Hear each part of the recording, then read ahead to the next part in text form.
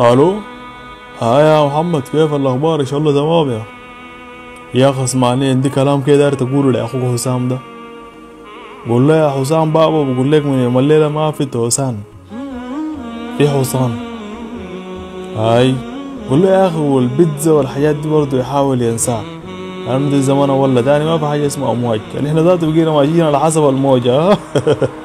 هاي بلغوا عليك الله، بلغوا. هاي بلغوا.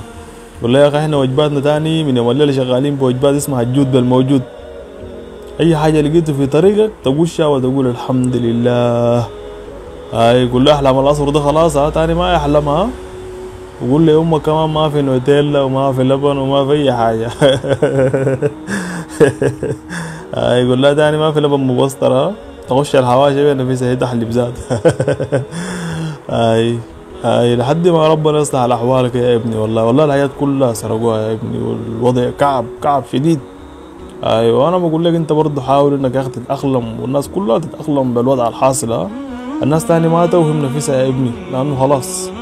اي بس ربنا يعود، فربنا يعود يا ابني. يلا سلام.